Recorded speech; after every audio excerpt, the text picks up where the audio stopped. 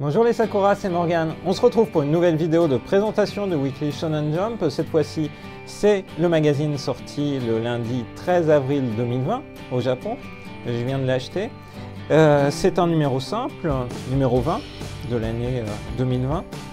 270 yens, donc vraiment le tarif de base, il n'y a pas de bonus particulier, mais on découvrira le contenu très bientôt. Et c'est le dernier numéro d'ici 2 semaines, en tout cas il va falloir attendre 2 semaines pour avoir le prochain, alors que c'est un hebdomadaire.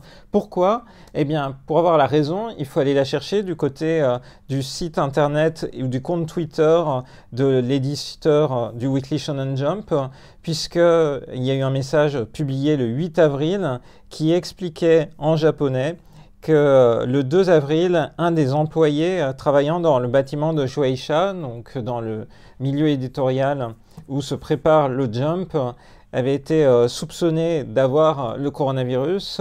Du coup, il est rentré chez lui, testé. Le communiqué ne dit pas quel a été le résultat du test, mais en tout cas, ils ont dû prendre des précautions, envoyer tout le monde chez soi pour travailler et puis désinfecter entièrement le bâtiment.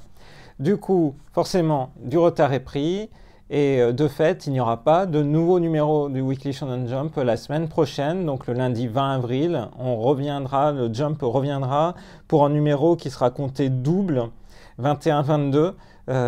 Qui sortira le lundi 27 avril. Un élément important, les numéros doubles, c'est des numéros qui sont en vente pendant 2 semaines. Ça ne veut pas dire que c'est des numéros 2 fois plus gros. Hein, c'est pas 2 jumps comme ça. C'est vraiment à chaque fois un numéro classique avec éventuellement des bonus de type des stickers ou autres, mais rien d'autre.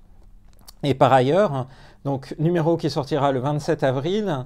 Et ensuite, il y aura aussi encore une pause d'1 semaine, donc il faudra encore attendre 2 semaines pour avoir le jump suivant, ça nous emmènera au lundi 11 mai, parce qu'au Japon, il y a la Golden Week, cette fameuse semaine de congé qui est une des 3 périodes de vacances pour les Japonais. Les 2 autres périodes qui sont généralement respectées par toutes les entreprises japonaises, c'est Obon au milieu du mois d'août, et enfin la période de Oshogatsu, c'est-à-dire le début d'année, où on a généralement des numéros doubles comme ça qui restent en vente pendant 2 semaines, mais là en l'occurrence c'est les circonstances sanitaires qui font que on va devoir attendre 1 semaine pour avoir les nouveaux chapitres, que ce soit du coup dans le magazine papier ou dans ce qu'est l'édition numérique.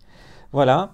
Par ailleurs, il faut le mentionner, toutes les parutions de Tankobon du Jump, donc par exemple il y avait le tome 20 de Kimetsu no Yaiba au Japon qui était prévu le 1er mai, en raison de la situation à l'échelle du Japon où dans plusieurs préfectures l'état d'urgence a été déclaré pour une durée d'1 mois, les éditeurs ont préféré repousser toutes ces parutions à la semaine du 11 mai, donc il faudra attendre environ 11-12 jours de plus pour avoir Kimetsu no Yaiba, tome 20. On verra dans ce jump-là que c'est les anciennes dates qui apparaissent encore, puisque c'est un numéro qui a été mis sous presse avant la déclaration d'état d'urgence, même si elle était dans l'air, et surtout avant les problèmes qui sont survenus dans les locaux de l'éditeur. Je vous avoue que ça fait un peu bizarre parce que mon labo de recherche est situé juste à côté du bâtiment de Shueisha où se prépare le Jump et aussi à côté d'un autre bâtiment où tout le monde sort au niveau de la station de métro, un bâtiment baptisé Palace Sign. Et effectivement, dans ce bâtiment-là, ainsi que dans le bâtiment universitaire qui est juste à côté de mon labo, c'est pareil, il y a eu des cas de coronavirus qui ont été déclarés. Donc le Japon fait bien d'être prudent lui aussi en incitant les gens à rester chez eux. Mais bref, assez de blabla introductif. Maintenant, on va rentrer dans le cœur du magazine avec une couverture sur une série que vous ne connaissez pas, c'est normal. C'est une série tout nouvellement lancée qui s'appelle Mori King. Donc, pendant plusieurs semaines, on va avoir des nouvelles séries qui vont débuter dans le Jump. Et comme c'est souvent le cas, c'est ces séries qui font la couverture pour attirer l'œil, pour attirer l'intérêt du lecteur. Donc, 3 séries arrivent, Mori King est la première. J'en profite pour rappeler, comme toujours, en ces périodes de confinement, c'est important de le savoir que les chapitres du Jump sont disponibles de manière légale sur l'application que gère Shueisha, donc l'éditeur du magazine. Et vous pouvez donc lire les différents mangas qui sont publiés, à l'exception en l'occurrence de 2. Il y a Yuna d'une part et puis un one-shot qui apparaît dans ce numéro, mais autrement vous avez tout le contenu du Weekly Shonen Jump papier, en tout cas pour ce qui est des planches de BD. Donc Molly King, on va en parler un petit peu après. Donc le magazine s'ouvre justement sur cette nouvelle série qui est vraiment ancrée dans ce qu'est la culture japonaise, c'est-à-dire cette culture d'amour pour les coléoptères et les scarabées, puisque là, le héros, il s'est pris de passion et il a gardé un scarabée, une larve de scarabée chez lui qu'il a fait grandir, et d'un coup, elle se transforme en un être à l'apparence humaine. Il lui reste la corne du scarabée au-dessus, et voilà, c'est le mystère. On verra un petit peu plus après ce qu'il en est. Donc, on a quelques pages de publicité comme souvent pour les éléments autour du Jump, donc à travers d'une part les mugs, on avait vu la semaine dernière les mugs de Haikyuu, de l'annonce d'événements, est-ce que ces événements pourront se tenir, on ne sait pas, à la fois autour de My Hero Academia à l'occasion du Jump Victory Carnival, ou autrement, ça doit être très très beau, c'est un concert orchestral, autour de Kimetsu no Yaiba. Les musiques de Kimetsu no Yaiba de l'anime sont vraiment belles. Ça devait commencer le 2 mai à Osaka, autant dire que ça n'aura pas lieu, étant donné la déclaration d'état d'urgence. Donc, c'est plein de beaux événements, mais beaucoup d'événements sont annulés. Dans les précédents numéros, par exemple, je vous ai parlé de la comédie, de l'adaptation théâtrale de Haikyuu. Là aussi, c'est annulé. Il y a beaucoup d'événements comme ça qui se retrouvent annulés, et donc c'est la difficile vie actuellement à travers le monde. Donc de la promotion pour des figurines autour de One Piece, toujours beaucoup de promos autour de One Piece qui a beaucoup de succès. Je rappelle qu'il faisait la couverture la semaine dernière, et puis il y a encore de l'actualité autour de One Piece au mois d'avril, puisque le 24 avril sort le nouveau numéro du One Piece Magazine, dont on peut lire aussi l'apparition en France, même si elle n'est pas en simul-pub, elle n'est pas instantanée. De la pub pour une collaboration entre un jeu qui s'appelle Last Claudia, auquel vous jouez peut-être, et puis Dr Stone. Et ensuite, sur la page d'après, de la publicité pour les DVD Blu-ray de My Hero Academia, dont on sait maintenant qu'il y aura une saison 5. Je vous invite à aller revoir ma chronique du Weekly Shonen Jump de la semaine dernière. Et des t-shirts autour de My Hero Academia. Ensuite, c'est l'actualité jeux vidéo qui focalise sur deux éléments. D'une part, One Piece, Pirate Warriors, Sengeki Musou, donc le volume 4 qui est sorti il y a 2 semaines au Japon. Et puis l'annonce progressive des DLC dans le jeu de One Punch Man qui était sorti fin février, et donc sur PS4 et Xbox One, avec Inazuma Max, Lightning Max, si j'ai bonne mémoire pour l'adaptation française, ce personnage qui apparaîtra en DLC durant 2020 au coût de 600 yens, ou compris dans le Season Pass. Publicité pour des animés à venir prochainement, alors avec X-Arm, qui est donc publié dans Young Jump et qui verra une adaptation animée en juillet, si tout va bien et si tout est dans les temps. Et Murio to Ryoji, un manga qu'on avait eu en France, qui avait été adapté et traduit, dont une 2e saison arrive également. Après, on passe, comme toujours, du coup, à la série qui fait le point sur, qui fait la couverture, avec ici la petite carte postale qui va vous permettre de dire ce que vous avez pensé, notamment de cette nouvelle série. C'est ce qui est dit là, en l'occurrence. Comment est-ce que vous avez trouvé le Shujinko, donc le personnage principal de Molly King? Est-ce qu'il est beau? Enfin bref, tout plein de choses à sélectionner. Comment vous avez trouvé la série? Donc, c'est vraiment, comme je disais, une série ancrée dans l'histoire japonaise, dans le quotidien japonais, dans cette passion des enfants pour les insectes, qu'ils font grandir comme ça, dans l'espoir de leur faire des combats d'insectes un peu plus tard. C'est vraiment les écoliers japonais ont une passion pour les insectes, qu'on retrouve d'ailleurs adaptés dans des jeux vidéo comme Yokai Watch, qui commence par les héros qui font justement de la recherche d'insectes, ou même Pokémon. Et donc voilà, là on avait vu l'insecte se transforme en une sorte d'être humain, qui parle d'ailleurs, il est tout nu, la sœur se dit mais qu'est-ce que c'est que ça? C'est un manga dont le pitch semble à la fois comique, surtout comique. On le verra après, je vais vous montrer une scène dans laquelle on le voit particulièrement. Donc c'est la panique, c'est un pervers, qu'est-ce qu'on fait? Il faut le faire partir absolument. La sœur, elle décampe par la fenêtre, et en fait on la retrouve à la case d'après, et ben forcément elle est tombée, elle a une grosse bosse, Et puis dans la case d'après, bah, en fait, elle n'a plus rien. C'est là où on voit que c'est un manga qui est promis pour être comique. Certes, elle est tombée du 2e étage, mais voilà. Donc dans toutes les scènes d'après, bien sûr, elle n'est pas blessée. Donc c'est du comique, un peu de situation sur le côté un peu ridicule, le décalage. On le voit aussi dans d'autres scènes et dans d'autres éléments où elle est représentée. C'est vraiment très très japonais du coup dans la représentation, dans cette passion pour les insectes.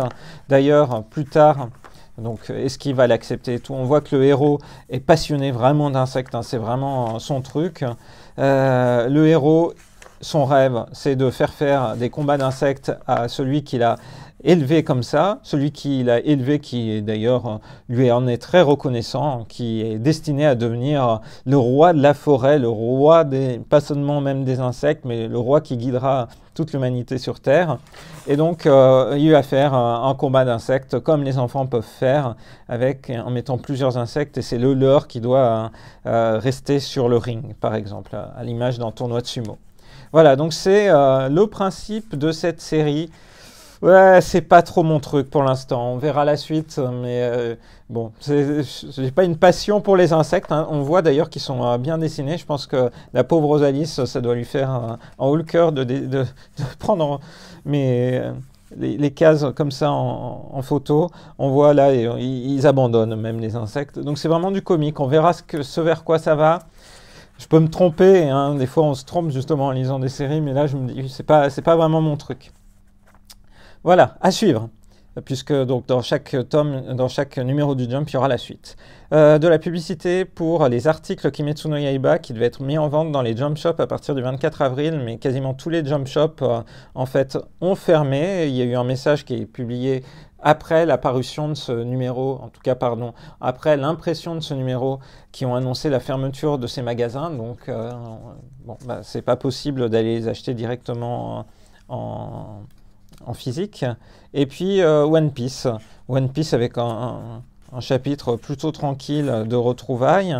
Et ensuite, une fois qu'on a passé One Piece, il y a de la pub pour le One Piece Magazine dont je vous parlais auparavant.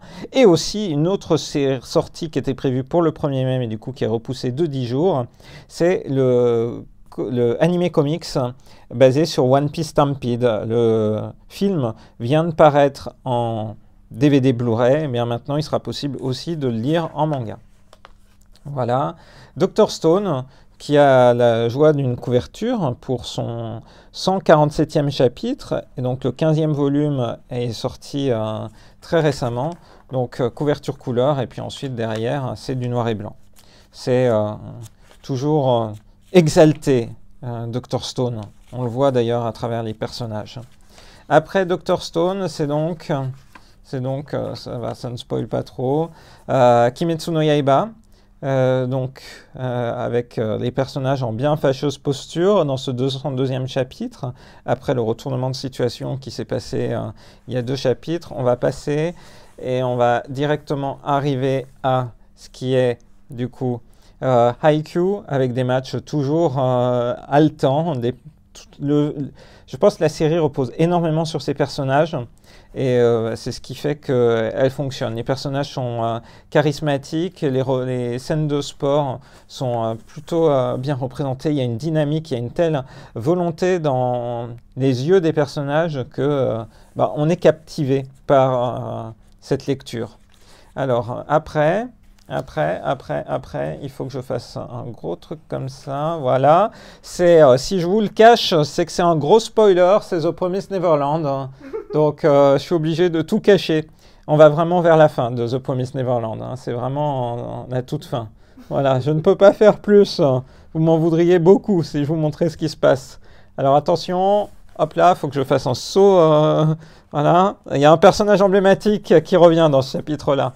Alors, ce qui est dit à propos de ce chapitre, c'est que le prochain devait paraître dans le numéro 22-23, donc on verra comment ils adaptent. Ça aurait dû être dans le numéro du 27 avril.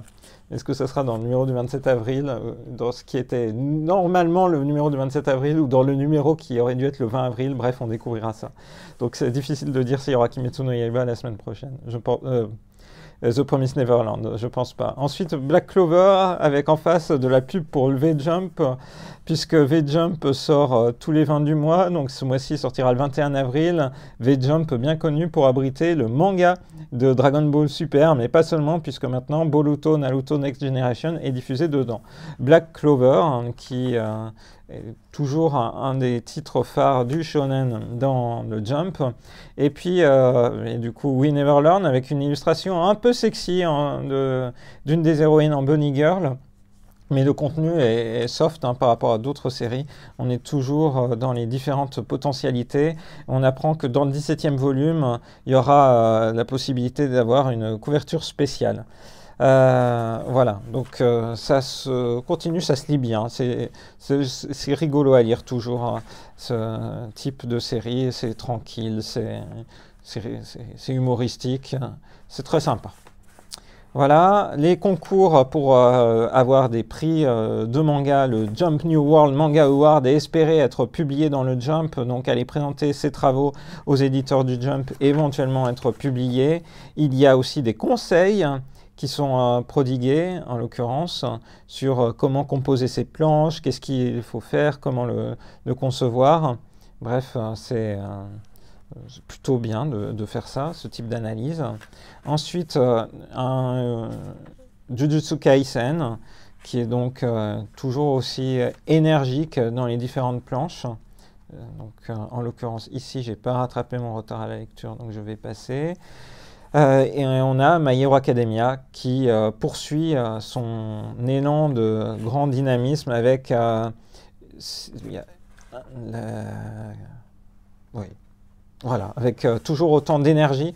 On le voit ici avec ce type de planche où les personnages, là, s'il n'y a pas du neketsu, comme on dit, s'ils ne sont pas brûlants de passion, c'est vraiment qu'il faut aller chercher autre chose. C'est incroyable. Il y a vraiment une très belle, beaucoup de dynamisme dans My Hero Academia actuellement. Ça marche bien. Le volume 26 est sorti récemment. On n'oublie pas aussi qu'il y a une série pour les enfants qui paraît dans le Saikyo Jump, donc le Jump qui est plus destiné à un public plus jeune, avec My Hero Academia Team Mission, dont le tome 1 vient de paraître. Voilà. Il y a de l'actualité autour des comédies, des concerts musicaux Prince of Tennis. C'est prévu en mai. On peut imaginer que ça va avoir quelques soucis pour se tenir. Tous les mardis est diffusé du coup l'animé de Black Clover. Donc il y a un gros focus sur Black Clover cette semaine dans les planches dédiées aux informations autour des animés. Et ensuite, on sait qu'il y a donc diffusé à la télé Food Wars, Boruto et One Piece. Voilà les animés du moment, des articles, toujours des nouveaux articles autour de Haikyuu qui reviendra normalement en juillet à la télévision. Et ici, on va s'arrêter 2 minutes sur un magazine que je n'ai pas chroniqué, qui est un magazine saisonnier, qui est dérivé du Shonen Jump, donc il sort tous les 3 mois, qui est le Jump Giga. Et donc c'est souvent des histoires courtes ou des histoires à part autour d'une série, donc avec des personnages ou autres qu'on voit apparaître. En l'occurrence, pour donner envie aux gens de découvrir ces recueils d'histoires courtes sélectionnés par les éditeurs du Jump, il y a des bonus qui se basent sur les séries qui font marcher les séries locomotives du Jump. Donc en l'occurrence, la couleur, l'illustration couleur de l'ouverture du Giga Jump, ça sera Actage. Il y aura des shields, donc des stickers Haikyuu à l'intérieur, et aussi un clear file Kimetsu no Yaiba. Voilà comment on motive les gens à acheter un magazine, avec les bonus autour. Et donc il y aura aussi des chapitres dédiés aux séries récemment lancées dans le Jump. Voilà, c'est ce qui est montré ici avec toutes les séries qui sont associées. Voilà, donc beaucoup de choses autour du Jump Giga à découvrir peut-être prochainement sur la chaîne de Rosalis. Des produits divers et variés, toujours des nouveaux produits qui sortent. Et puis ici, on voit une page de publicité pour le livre d'illustration de Takehiko Inoue, donc l'auteur de Slam Dunk, dont on sait maintenant que Kana, en France, en fera l'adaptation et c'est prévu pour la fin de l'année 2020. Enfin, Kimetsu no Yaiba contiendra un set de cartes postales dans son édition collector, édition limitée, pour le 20e tome. On voit ici les illustrations qui accompagneront du coup ces cartes postales. Et c'est des illustrations qu'on connaît pour les avoir vues entre autres en tête de magazine, de tome. Donc ça va pousser les gens, c'est sûr, à avoir envie d'avoir cette édition collector qui sera à 900 yens, donc 8,50 €. C'est pas un gros investissement du coup. Mashle, où les protagonistes sont dans la forêt, dans une sorte d'épreuve de survie. Il y a toujours pas mal de comiques, on le voit. J'ai rattrapé mon retard et c'est vrai que c'est rigolo. Ça se lit vraiment facilement. Et le flegme du héros est assez amusant. On le voit par exemple ici où la protagoniste ici cherche à, entre guillemets, essayer de l'avoir à ses pieds, ou en tout cas de le convaincre de passer sous son charme, et lui fait des commentaires laudateurs, et lui, oh non, il dit j'ai rien fait. Voilà, en restant tout calme comme ça. Et c'est assez sympa à lire. Voilà. C'est de l'action avec de l'humour. Je comprends pourquoi ça marche pour l'instant et pourquoi du coup il est plutôt dans le haut du panier du magazine. En tout cas, c'est pas une série qui semble destinée à disparaître trop tôt. Donc là ensuite, on a des yonkoma qui ne sont pas présents dans l'application Manga Plus, mais qui sont juste là pour faire rire le lecteur entre deux séries. Ensuite, Actage, où il est question de tournage de spots publicitaires et l'impact que ça peut avoir sur une carrière. Ensuite, on a de la publicité à droite pour le Young Jump. Young Jump, alors c'est pas les idoles qui m'intéressent ici, mais c'est Kaguya-sama Love is War qui est publié dedans. Si vous vous rappelez pas ce qu'il y a dans le Young Jump en général, je vous invite à revoir ma vidéo de présentation du Young Jump que j'avais fait l'été dernier. Et donc, entre autres, il y a Kaguya-sama Love is War, dont la deuxième saison vient de commencer. Le premier épisode est absolument sublime. C'est vraiment plein d'humour. En France, c'est disponible en simulcast, en l'occurrence comme c'est de l'animé, chez Wakanim, alors que malheureusement le manga qui a 17 tomes au Japon et qui est vraiment fantastique n'est toujours pas annoncé chez un éditeur. Ensuite, Mitama Security, qui est en l'occurrence toujours humour autour des histoires de fantômes. Là aussi, c'est une histoire très japonaise dans l'esprit. Puis Chainsaw Man, qui là encore est plutôt bien placé. De la publicité pour les tankobon récemment paru début avril. En fait, la semaine dernière, l'impression qu'il s'est passé des semaines, mais non, c'était juste la semaine dernière avec le 16e tome de We Never Learn, le 15e tome de Dr. Stone, le 2e tome de Yozakura Family, le 24e de Black Clover, les premiers tomes pour A Gravity Boys et Zipman, Zipman qui s'est terminé, 96e tome pour One Piece, et la pension Yulagi, c'est 21e tome. Voilà. Ensuite, c'est donc des séries qui sont un peu moins imposées dans le Jump, comme A Gravity Boys, qui est là, qui est toujours une série, à mon avis, qui est sur la sellette, en fonction des ventes de son premier tome. Par la suite, on a une autre série qui est peut-être sur la sellette, qui est Undead Unlock. Donc là encore, série récente. On voit que toutes les séries récentes sont vers la fin. Hein. Le batch précédent de nouvelles séries arrivées dans le Jump n'a pas vraiment eu son effet. En tout cas, n'a pas réussi à s'imposer. Dans le Saikyo Jump, que je chroniquerai peut-être, il y a, c'est ce Saikyo Jump-là. Voilà, des cartes, la possibilité d'avoir des lots de cartes exclusives sur Super Dragon Ball Heroes. On arrive vers la fin avec Mission Yozakura Family. Et enfin, on arrive sur l'incontournable, mais alors, Yulagi, donc la pension Yuna, la pension Yulagi, enfin bref, qui est toujours dans le fan service à fond. C'est vraiment le principe de cette série. Et enfin, Guardian of the Witch, dont je vous avais dit que je trouvais ça plutôt sympa quand on a commencé à le voir apparaître dans le Jump, mais qui truste les dernières places et qui aura sans doute une fin tragique bientôt, en tout cas la fin de la série.